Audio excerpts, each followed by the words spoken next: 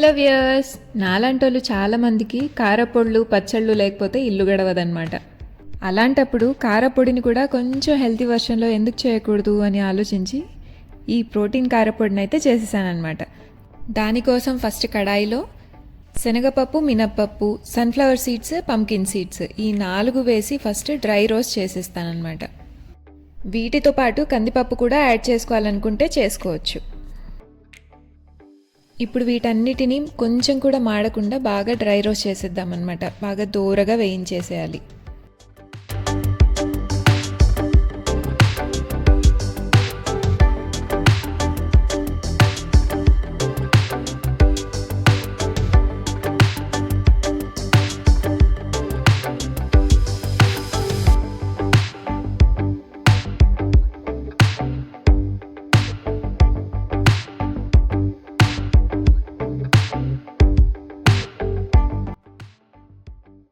నాకు ఇక్కడ కొంచెం ఎక్కువగానే రోస్ట్ అయ్యాయి, మీరు మాత్రం బాగా దూరగా వేయించుకోండి. ఆ తర్వాత అవి తీసి పక్కన పెట్టేసి అందులోనే నువ్వులు కూడా వేసి బాగా దూరగా వేయించుకోవాలన్నమాట. ఈ నువ్వులు ఏంటంటే తొందరగా మాడిపోతాయి కాబట్టి ఈ నువ్వులు మాత్రం నేను సపరేట్గా రోస్ట్ చేస్తున్నాను. రోస్ట్ అయిపోయిన తర్వాత తీసి పక్కన పెట్టేసి అందులోనే గ్రౌండ్ నట్స్ కూడా వేసి కొంచెం రోస్ట్ చేస్తున్నాను అనమాట. ఈ గ్రౌండ్ నట్స్ ఏంటంటే ముందే వేసేసుకొని రోస్ట్ చేసుకోవచ్చు. స్టార్టింగ్లో మనం పప్పులు వేసాం కదా వాటితో పాటు. కాకపోతే నేను ఆల్రెడీ గ్రౌండ్ నట్స్ ఇంట్లో రోస్ట్ చేసి పెట్టుకుంటాను అనమాట. సో జస్ట్ ఇంకొంచెం రోస్ట్ చేద్దామని చెప్పేసి చేశాను అంతే. ఆ తర్వాత అవి కూడా తీసి పక్కన పెట్టేసి అందులోనే ధనియాలు, జీలకర్ర కూడా వేసి బాగా దూరగా వేయించుకొని తీసి పక్కన పెట్టేసుకోవాలన్నమాట.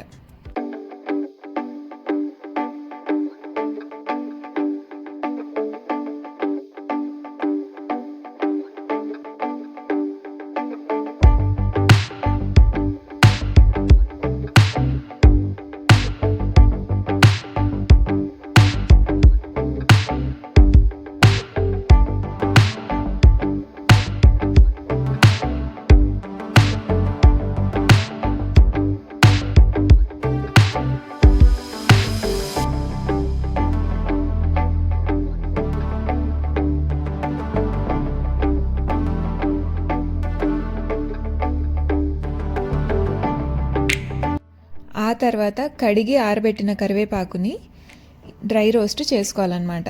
ఓవెన్ ఉన్న వాళ్ళు ఓవెన్లో కూడా డ్రై రోస్ట్ చేసుకోవచ్చు, చాలా ఈజీగా అయిపోతుంది. లేదా ఇలా కూడా చేసుకోవచ్చు.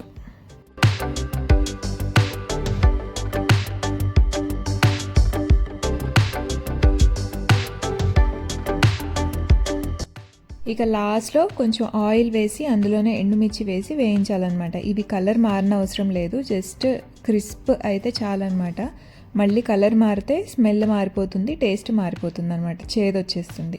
సో అందుకు కలర్ మారకముందే కొంచెం వేగాయి అని తెలిసిన వెంటనే ఈ ఎండుమిర్చి తీసేయాలన్నమాట. ఇంకా ఈ రోస్ట్ చేసినవన్నీ కూడా, ఈ ఫ్రై చేసినవైనా రోస్ట్ చేసినవైనా ఏవైనా కానీ అన్నీ కూడా చల్లారిన తర్వాత మాత్రమే మిక్సీ పట్టాలన్నమాట. లేకపోతే ఆయిల్ అనేది వచ్చేసి ముద్దగా అయిపోతుంది, పొడి కాదనమాట. అందుకు సో అన్నీ ఇలా చల్లారిపోయిన తర్వాత 1 by 1 అన్నీ కూడా వేసేసి పౌడర్ చేసుకోవాలన్నమాట. ఎక్కువ లాంగ్ మిక్సీ పడితే మాత్రం ఆయిల్ వచ్చేసి ముద్దయిపోతుందండి. సో ఎక్కువసేపు కాకుండా జస్ట్ పల్స్ ఇస్తూ పొడి చేయాలన్నమాట ఈ పౌడర్ అంతా కూడా. ఎందుకంటే అన్నీ ఆయిల్ సీడ్సే కదా, సో ఆయిల్ వచ్చే ఛాన్సెస్ ఎక్కువ ఉంటాయన్నమాట మనకి. అందుకు ఈ పప్పులు వేసేటప్పుడే కొంచెం చింతపండు కూడా వేస్తే సరిపోతుంది. నేను మర్చిపోయాను, అందుకు లాస్ట్లో వేసాను అనమాట. ఆ తర్వాత ఇలా అన్నీ కూడా పౌడర్ చేసేసి లాస్ట్లో వెల్లుల్లి కూడా వేసి ఒకసారి తిప్పేసి పల్స్ ఇచ్చినట్టు తీసేయాలన్నమాట. అంతే, మన కారపొడి రెడీ అయిపోతుంది. అండ్ చాలామందికి ఈ కారపొడి ఏంటంటే తొందరగా ముద్ద కడుతుందన్నమాట, ఆయిల్ అంతా వచ్చేసి ముద్ద కడుతుందన్నమాట. అట్లాంటి టైంలో ఏం చేయాలంటే ఇందులో కొన్ని పుట్నాలు కనుక వేస్తే పొడికి టేస్ట్ కూడా వస్తుంది, ప్లస్ పొడిగా ఉంటుందన్నమాట, ఆయిల్ వచ్చేసి ముద్ద కట్టకుండా. అంతే, మన ప్రోటీన్ కారపొడి అయితే అయిపోయింది. హెల్త్కి హెల్త్, టేస్ట్కి టేస్ట్. అండ్ దీన్ని మినిమం 1 month దాకా అయితే స్టోర్ చేయొచ్చు. ఎయిర్ టైట్ కంటైనర్లో వేసేసి ఫ్రిడ్జ్లో పెట్టేయాలన్నమాట. అంతే. వీడియో నచ్చితే లైక్ చేయండి, షేర్ చేయండి, సబ్స్క్రైబ్ చేయండి. Thanks for watching.